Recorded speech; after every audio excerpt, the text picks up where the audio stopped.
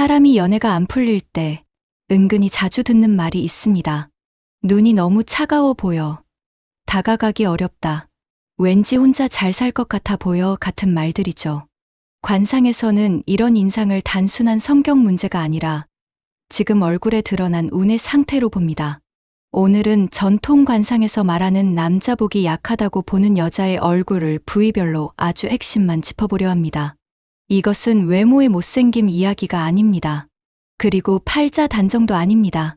지금 현재 얼굴에 나타난 흐름에 대한 이야기입니다. 첫 번째, 눈. 관상에서 눈은 인연을 끌어들이는 창이자 사람의 정과 반응성을 보는 가장 중요한 부위입니다. 먼저, 눈이 작고 초점이 흐릿한 눈의 경우입니다. 이 눈은 실제로 시력이 나쁘다는 의미가 아니라 상대가 느끼기에 시선이 한 곳에 머무르지 않고 총기 없이 흘러가는 인상을 줍니다. 관상에서는 이런 눈을 마음이 잘 안 열려 보이는 눈두로 봅니다. 이때 중요한 건 이 눈이 차갑다는 의미가 아니라 반응이 느려 보인다는 인상을 준다는 점입니다. 상대는 호감이 있어도 지금 다가가도 되나를 먼저 계산하게 되고 그 망설임이 반복되면 인연 자체가 시작되지 못한 채 흘러가 버리기 쉽습니다. 다가가도 반응이 바로 돌아오지 않을 것 같은 느낌을 준다는 것이죠. 특히 웃을 때도 눈이 거의 변하지 않는 경우, 입은 웃고 있는데 눈은 그대로라면 관상에서는 정이 겉으로 잘 드러나지 않는 눈으로 봅니다. 이런 눈을 가진 사람은 실제로는 마음이 깊어도 연애 초반에는 상대가 확신을 갖기 어렵습니다.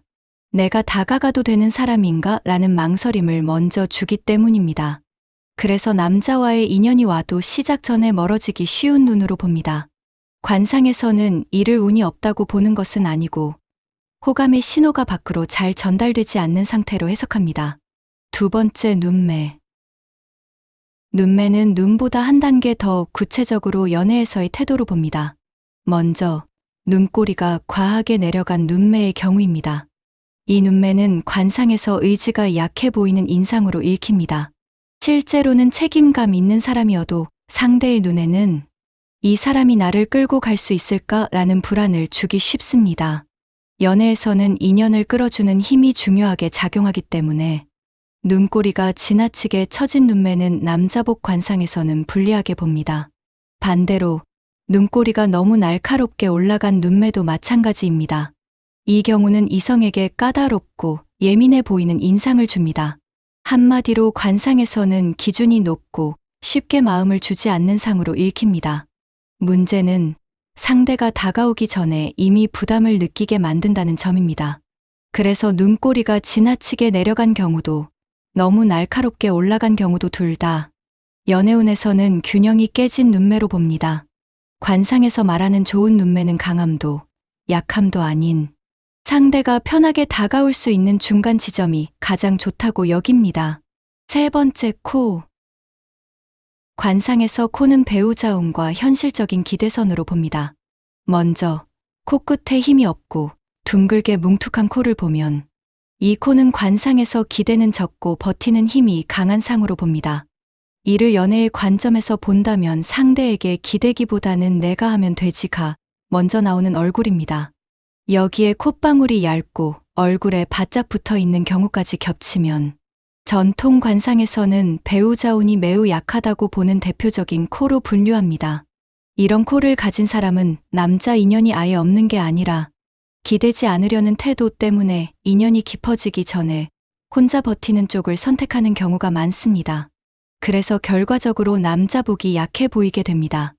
이 코의 핵심은 사람을 못 믿어서가 아니라 기대하지 않는 습관이 얼굴에 먼저 드러난다는 점입니다. 그 습관이 오래될수록 연애에서는 더 단단해 보이고 그만큼 인연은 조심스러워집니다. 네 번째, 입.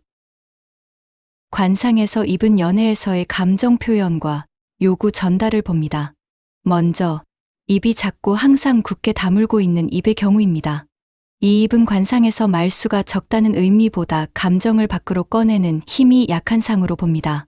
마음이 없는 게 아니라 마음이 있어도 굳이 말하지 않아도 되겠지. 이 정도면 알아주겠지라는 태도가 먼저 나온다는 것이죠.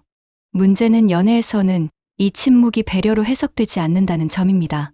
상대는 불만이 없는 건가, 아니면 관심이 없는 건가를 헷갈리기 시작합니다. 또 하나 중요한 건 입꼬리입니다. 입꼬리가 자연스럽게 올라가지 않고 평소에도 일자로 굳어 있는 경우, 관상에서는 감정 신호가 밖으로 잘 드러나지 않는 입으로 봅니다.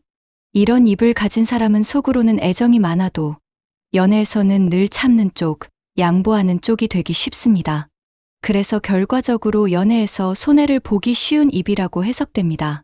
5번째, 인중. 인중은 관상에서 인연의 지속력과 관계의 흐름으로 봅니다. 인중이 짧거나 선이 흐릿한 경우, 관상에서는 인연이 오래 붙어 있기보다는 짧게 스쳐가기 쉬운 상으로 해석합니다. 사람을 못 붙잡아서가 아니라 관계가 깊어지기 전에 본인이 먼저 감정, 에너지를 소진하는 경우가 많기 때문입니다. 처음에는 잘 맞는 것 같다가도 어느 순간 갑자기 혼자 지친 느낌이 들어 거리부터 두게 되는 흐름을 보입니다. 그래서 남자 인연이 와도 타이밍이 엇갈리거나 좋을 때 끝나버리는 경험이 반복되기 쉽습니다. 관상에서는 이를 운이 끊긴다고 보지 않고 지금 삶의 리듬이 연인 관계 유지에 적합하지 않은 상태로 봅니다. 6번째, 턱. 턱은 관상에서 관계의 마무리 방식과 버티는 힘을 봅니다. 턱이 지나치게 각진 경우, 관상에서는 성격이 강하고 주도권을 쉽게 내주지 않는 상으로 봅니다. 이 얼굴은 연애 초반에는 든든해 보이지만 시간이 지날수록 상대가 긴장하게 되는 인상을 주기 쉽습니다. 반대로 턱이 짧고 뒤로 말린 경우, 이 경우는 의지가 약해 보이고 결정을 미루는 상으로 읽힙니다. 연애에서 상대가 방향을 잡아주길 기다리게 되고 그 기다림이 길어지면 인연은 자연스럽게 멀어집니다. 그래서 관상에서 말하는 남자복에서는 턱이 너무 강한 경우도 너무 약한 경우도 둘 다 불리하다고 봅니다. 전통 관상에서 말하는 남자복이 약해 보이는 얼굴은 못생긴 얼굴이 아닙니다. 정이 없어서도 아니고 사랑받을 자격이 없어서도 아닙니다. 정, 부드러움, 생기가 겉으로 잘 드러나지 않는 얼굴.